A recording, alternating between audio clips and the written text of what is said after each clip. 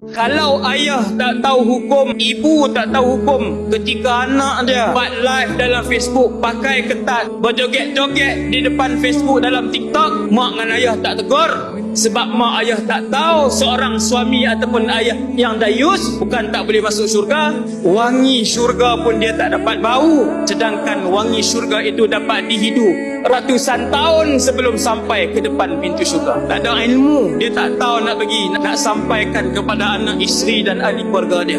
Sebab tu kena ada ilmu. Benda yang haram dengan benda yang halal, bila berkumpul menang yang haram. Iza jama'al halal wal haram faghlibal haram.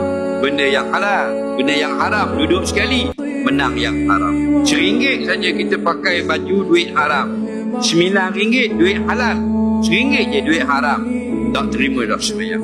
Nasihat untuk diri saya khususnya, macam mana pun kita pergi jauh dan kita lupa kepada Allah, maka baliklah untuk kembali kepada Allah Subhanahu wa ta'ala. Wahai anak-anak muda, malam ini saya ingin berpesan sebagai seorang ayah, jangan tinggalkan solat dalam hidup kalian. Yang kedua, jika kalian masih ada mak dan ayah, maka baliklah kepada mereka untuk minta doa mereka, kerana keberkatan seorang anak itu pada mak dan ayah.